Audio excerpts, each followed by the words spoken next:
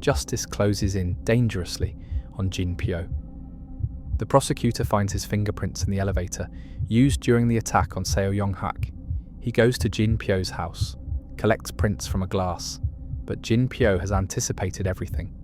His fingers carry a substance that distorts the traces. The hunter is not easily caught. Jin Pyo appears before Yoon Seong's mother. She collapses, begging him to bring her child back. He tells her that her son is safe, but she doesn't know he is alive. He sent her money. She never touched it. She saved it to return it to him. "Take this. Give me my son." Jin Pyo refuses. As he leaves, she asks the child's name. He gives a false one. For Jin Pyo, only revenge matters. A mother's pain does not fit into his plan.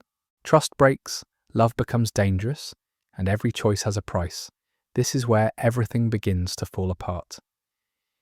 Kim Nana is shocked. The image of Yoon Seong in a bathrobe imprints itself in her mind, like a betrayal. She doesn't hear his explanations. She leaves. The prosecutor, confused, asks his friend what happened. She shows him Yoon Seong's wet clothes and explains the misunderstanding. The truth exists, but it's already too late. At home, Yoon Seong tries once again to approach Kim Nana. She is still tense, defensive, wounded. He calmly explains. The drink, the accident, nothing more. The tension eases. Kim Nana feels relief, and foolish for having doubted him. She asks him to sit and eat with her. The meal is from the woman with the scarves, the neighbour who cares for her like a daughter. Yoon Seong freezes. This food was prepared by his mother's hands. He eats quickly and says he wants some fresh air. He asks her to go with him to return the bowls. The truth is simple. He wants to see her from afar. On the street, his mother staggers. Without a second thought, Yoon Seong lifts her onto his back. And then, from the shadows, Jin Pyo watches them. Silent, motionless, determined. At her house, his mother thanks him. She tells him his mother would be proud of the handsome, good son he has become. His eyes fill with pain. He replies that he has no mother. He doesn't even know her face. They leave. Yoon Seong is drowning in pain, seeing his mother sick, exhausted, alive, and forbidden. To ease his silence, Kim Nana sings to him. A small human moment, a refuge amid the chaos. The president convinces Yoon Seong to give private lessons to his daughter. The girl is clearly infatuated with him, but he pays her no attention. Yoon Seong's colleague is released from prison. His brother confesses to the hacking, and letters from fellow officers help secure his freedom. The president clashes with Seo Yong-hak over the defective army boots. Seo denies everything, arrogant, unrepentant, even threatening the elections. At a club, Yong-hak's younger son approaches Kim Nana, trying to pull her outside to talk. Yoon Seong steps in, and they go outside. Suddenly, he's attacked, beaten brutally. Yoon Seong doesn't fight back. Every blow is deliberate restraint. Kim Nana intervenes. Yoon Seong runs off, leaving everyone to believe he fled out of shame. Yoon Seong sets his trap. All three of Seo Yong-hak's sons are deployed. Seo pretends to be calm, claiming his children have overcome their illnesses. Jin Pyo is furious, but Yoon Seong stays calm. I let him rise high, now he's ready to fall.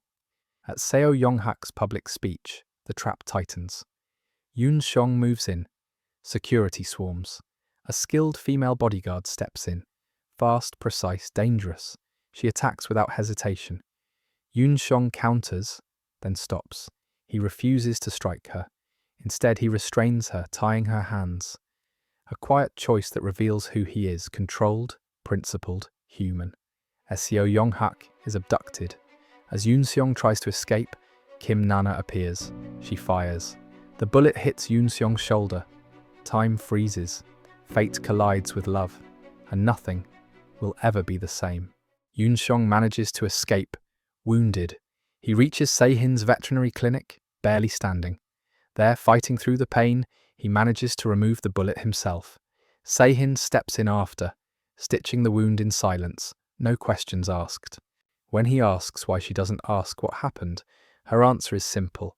You'll have your reasons. A silent understanding. As he sleeps, the nightmare comes. Jin Pyo, cold and relentless, orders him to shoot Kim Nana. The conflict inside him becomes a scream. Revenge or feeling, duty or humanity. Upon waking, Se-hin changes his wound. And it is revealed that prosecutor Kim Young-ju is her ex-husband. The clothes she gave him to wear are Yoon Seong's. When he leaves, Kim Nana sees them together. Her already wounded mind fills with misunderstandings again.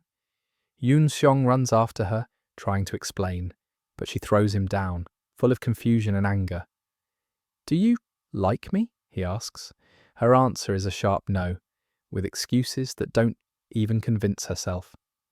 Prosecutor Young-ju goes to investigate the Blue House and sees Yoon Seong wearing his clothes. Jealousy erupts. Logic is lost. He attacks him, not as a prosecutor, but as a man still tied to the past, and his feelings for Se-hin. Meanwhile, the president's daughter gets into a fight. The video spreads across the internet. Kim Nana had left her post for 5 minutes, and that's enough for harsh punishment, suspension, and 6 months' salary deduction.